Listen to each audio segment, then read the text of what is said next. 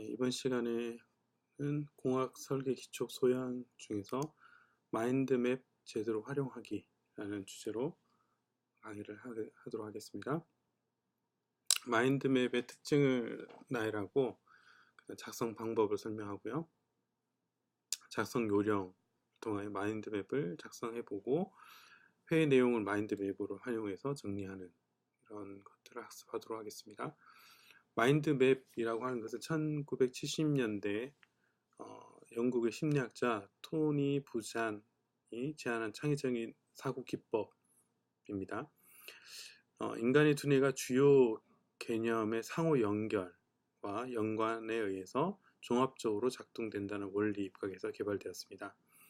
마인드맵의 활용 영역은 학습한 내용 정리하거나 새로운 일을 계획 또는 기획할 때, 회의 내용을 정리할 때, 자료를 조사할 때, 기획서 또는 보고서를 작성할 때, 가장 많이 하는 것은 창의적인 아이디어를 도출할 때 작성하는 거죠.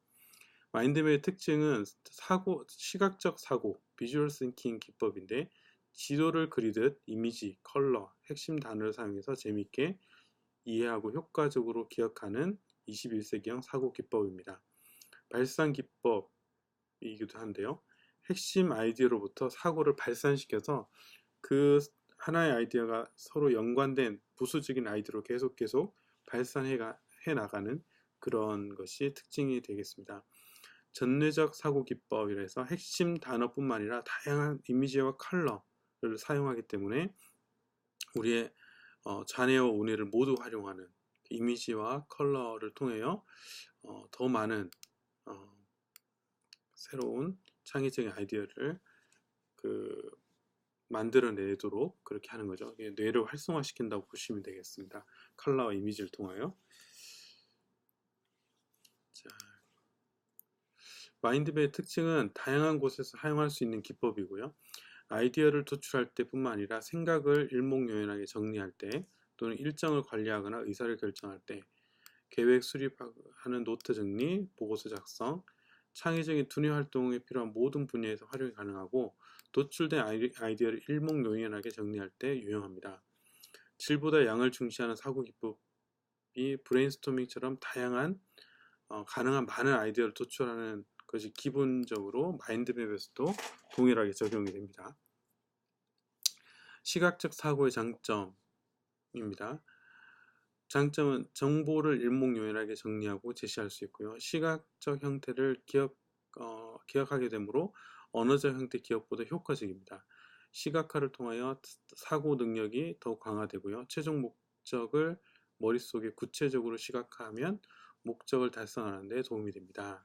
단점은 강도가 높은 시각적 자극이 지속되면 중독 현상에 빠질 수 있습니다. 이게 무슨 얘기냐면 나중에 이제 마인드맵을 그려보면 알겠지만 자꾸 그림을 그리거나 또 다양한 색을 쓰려고 하는 그런 오류에 빠지게 됩니다.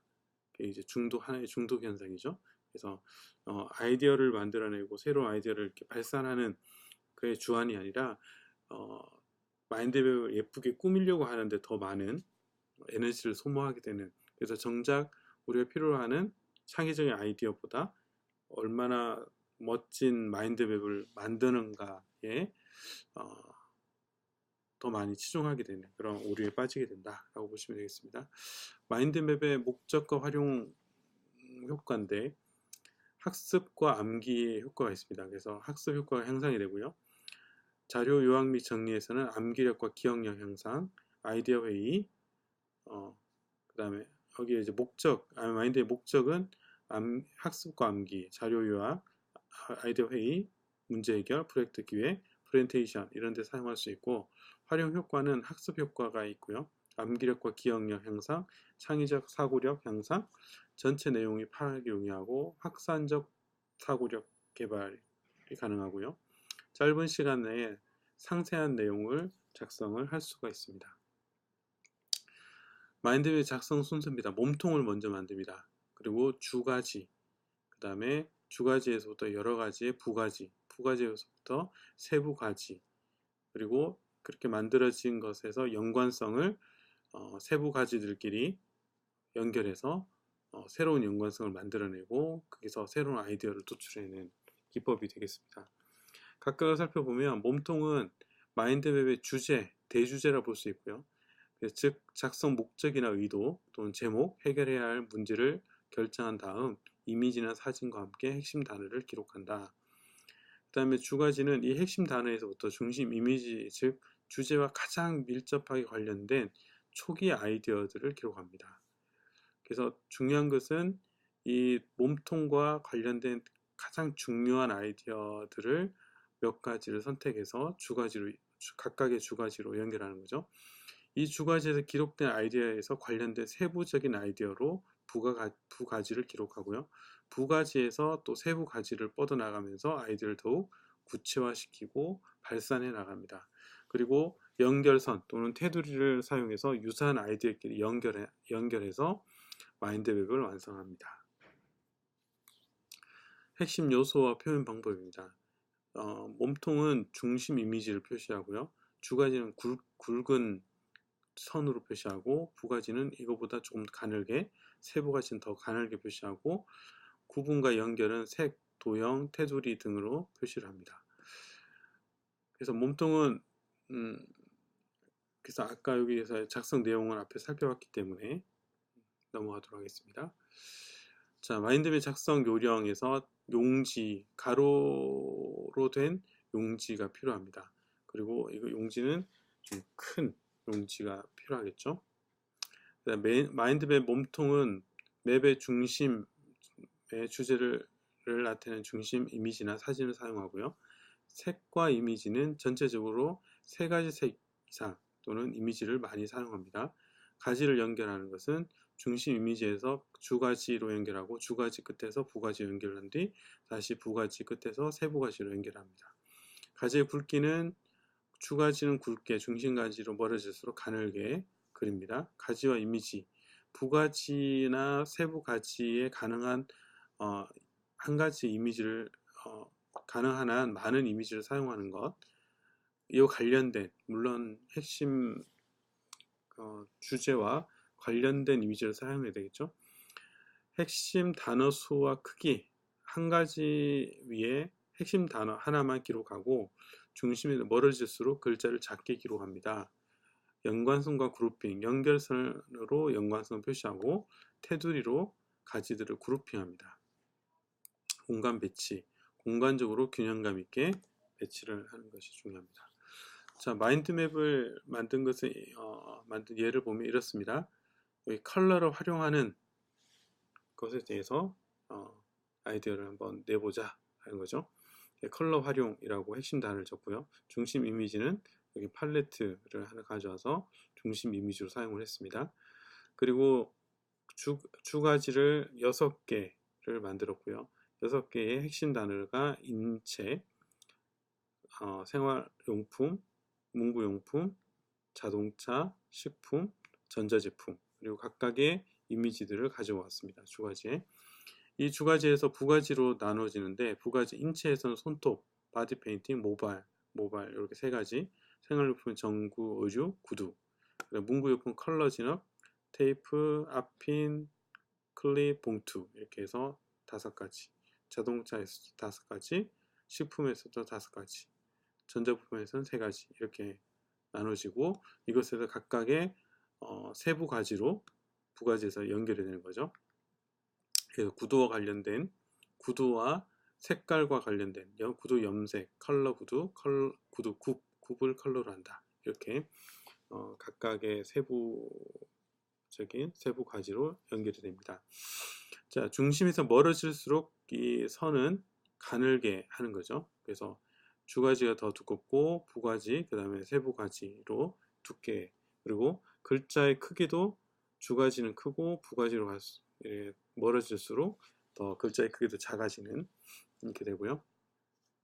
그 다음에 한 가지 핵심 단어는 선 위에 기록합니다. 선 위에 핵심 단어를 기록하고 선 길이는 글자의 길이만큼, 그 다음에 중심에서 멀어질수록 글자의 크기가 작아지고요.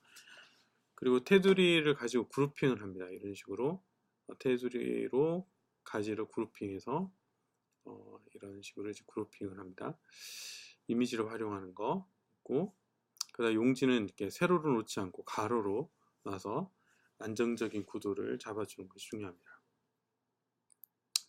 자, 이게 학생이 한 가지 예가 되겠습니다. 내가 좋아하는 것, 그래서 운동, 동물, 컴퓨터, 여행, 피아노. 그래서 이것에부터 주가지, 그 다음에 보조 부가지, 주가지, 부가지, 그 다음에 세부가지 이런 식으로 나눠지는 거죠. 그리고 이미지도 적절하게 사용을 하고 있습니다. 그래서 이런 것들이 이제 마인드맵을 통해서 여러 가지를 작성하는 것이 되겠습니다. 여기도 1년 후 계획 세우기 해서 1년 후의 계획을 이렇게 세우는 과정들을 마인드맵을 통해서 만들어 보는 것입니다. 이것도 마찬가지로 이제 앞에서 살펴봤던 마인드맵의 작성 요령을 따라서 만들었고요. 그래서 그 중에서 잘된 부분들을 작성한 것이 되겠습니다. 회의의 기술이라고 하는 주제를 가지고 마인드맵을 작성하게 되었고요. 그래서 주가지에서 필요한 회의는 회의록, 사회자의 역할, 그 다음에 효율적인 회의라는 것은 결론이 안 나는 이유에 대해서 출처에 대한 것들, 그래서 회의의 기술을 가지고 서로가 이렇게 이런 마인드맵을 만들어 보는 이해가 되겠습니다. 자, 대학생활 동안 이루고 싶은 목표를 주제로 마인드맵을 작성하는 것. 그래서 몸통은 대학생활 목표. 그래서 이미지를 하나 가져오고요. 주가지는 다양한 경험. 그 다음에 주요 소양 갖추기, 외국어 정복, 장학생. 부가지는 다양한 경험에서 인턴십, 봉사활동, 특허 출원, 유럽 배낭여행. 소양은 창의성 개발, 인문 소양, 리더십. 장학생은 스터디 그룹 활동, 평점 3.8 이상, 수학 멘티 신청. 외국어 정복은 토익 750점, 오픽 등급, 그 다음에 중국어 중급, 그 다음에 외국어 친구 사귀기 이런 것들이 있고요. 그 다음에 이거의 세부 과제들을 이렇게 작성을 했습니다. 이렇게 작성한 후에 그 세부 과제들 중에서 필요한 그 공통된 것들, 예를 들어 발명 동아리 활동과 아이디어 경진대회 하면 발명 아이디어를 출품하는 것이 하나의 공통적인 연결이 되겠죠. 그 다음에 중국어 등급, 중국어를 중급으로 하고 싶은데 외국어 친구를 사귈 때 중국인 유학생을 친구로 사귀어서 중국어학 공부도 하고 친구도 사귀는 그런 두 가지를 할 수 있다라는 거죠. 이렇게 연관성을 표현하고 마인드맵을 표현함으로써 좀 더 효율적으로 나의 대학생활 목표를 달성할 수 있게 되겠습니다. 그리고 보시면 알겠지만 이게 글로 작성하거나 또 리스트로 만드는 것보다 훨씬 더 시각적으로도 좋고 그리고 한눈에 알아볼 수 있기 때문에 내가 무엇이 부족한지 또 어떤 부분들 잘하고 있는지를 평가하기가 좋습니다. 그래서 이런 마인드맵을 잘 활용하셔가지고 아이디어를 이렇게 만들어내는 것뿐만 아니라 여러분들의 어떤 목표를 설정하거나 또는 회의를 작성하거나 그런 것에도 많이 활용하면 좋겠습니다. 마인드맵을 활용한 필기 방법입니다. 여러분 수업에서 필기하는 것도 이런 마인드맵을 활용하면 암기가 쉽고 또 나중에 한눈에 봤어도 그것들을 이렇게 쉽게 인지할 수 있는 그런 좋은 효과가 있습니다. 일반적인 필기 방법은 언어와 기호를 주로 사용해서 직선적으로 표현하고 좌뇌적 필기 방법입니다. 그래서 우뇌적 창의적 사고를 방해하는 것이 기존의 필기 방법이나 마인드맵을 이용한 필기 방법은 좌뇌의 논리적 요소와 우뇌의 시각적 특성을 모두 반영한 창의적 필기법이고 생각의 주제를 중심으로 두고 방사형으로 펼쳐나가면서 발산적 사고를 하도록 유도하는 전뇌적 필기 방법입니다. 단점은 시계열적 표현에 다소 취약합니다. 시계열적 표현이라고 하는 것은 이 시간적 순서대로 이렇게 표현하는 것들을 얘기를 하게 되겠습니다. 직선적 필기 방법과 마인드맵 필기 방법이 있는데, 직선적 필기 방법은 예를 들어 소설 토지를 탐구하는 것, 작가, 작품 정보, 주요 등장인물. 그래서 작가는 이러이러이런 사람이다. 작품은 이러이러하다. 그다음에 주요 등장인물은 누구누가 있고 그것의 인물의 특징들은 이렇다. 이런 것들을 직선적 필기 방법이나 마인드맵을 이용한 것은 토지를 탐구한다. 그래서 작가 정보, 작가의 사진도 넣어주고요. 그래서 작가는 집필 기간과 대표 작품, 수상은 이러이러한 것들을 했고, 그 다음에 주요 인물 등장은 각각의 인물과 그 인물의 특징들을 세부 가지로 표현해주고, 작품 정보는 분류, 시대, 공간, 인물 배경에 대해서 세부 가지로 표현을 해줌으로써 앞에 직선적 필기 방법에서는 쉽게 이게 눈에 들어오지 않지만 마인드맵 필기는 쉽게 이 전체적인 토지에 대한 이 소설 토지에 대해서 한눈에 알 수 있는 그런 좋은 방법이라고 볼 수 있습니다. 여러분 그래서 이런 전공 수업에서도 이런 마인드맵을 활용을 하면 좀 더 전공 수업에 대한 전체적인 숲을 바라보면서 세부적인 것들을 내가 부족한 부분들 어느 세부적인 전공 부분이 부족한지를 이렇게 한눈에 알 수 있고 그 부분을 좀 더 중점적으로 공부할 수 있는 부분이 되는 거죠. 그래서 이렇게 마인드맵을 작성한 후에 내가 부족한 부분 세부 요소에 체크를 한 후에 그 부분을 좀 더 집중적으로 학습할 수 있는 좋은 도구라고 볼 수 있습니다. 디지털 마인드맵 제작 도구가 있는데요. 싱크와이즈라고 하는 디지털 도구가 있습니다. 그리고 엑스마인드라고 하는 제가 볼 때 이거 맥킨토시 맥북을 기반으로 한 마인드맵 제작 도구 같은데요. 그래서 이런 것들은 인터넷상으로 무료로 배포하는 경우도 있고요. 또 구글에 들어가 보시면 크롬에서 그 마인드맵 앱을 설치해서 사용을 할 수가 있습니다. 그래서 무료로 사용할 수 있는 구글 마인드맵도 있으니까 여러분들이 찾아가지고 이렇게 사용해 보시면 좋을 것 같습니다. 근데 직접 손으로 그리는 것이 뭐 편하면 그렇게 하셔도 무방합니다. 그래서 자꾸 그려보다 보면 훨씬 더 이렇게 능숙해지고 하기 때문에 그래서 손으로 직접 그리는 것도 좋은 방법이라고 볼 수 있겠습니다.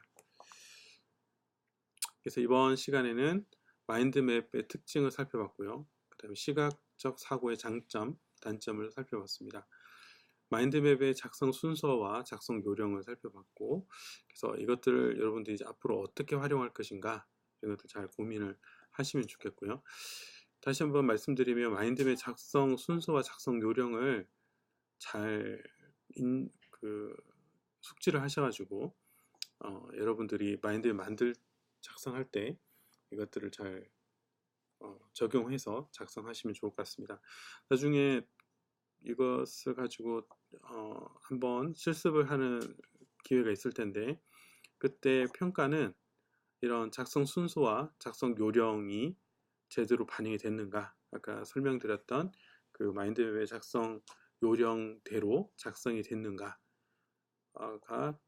어떤 평가의 중심, 핵심이 되겠습니다. 그래서 잘 여러분 숙지하시고 나중에 실습할 때 그것들을 활용을 하시면 좋겠습니다. 오늘 이상으로 마인드맵에 대해서 강의를 마치도록 하겠습니다. 수고하셨습니다.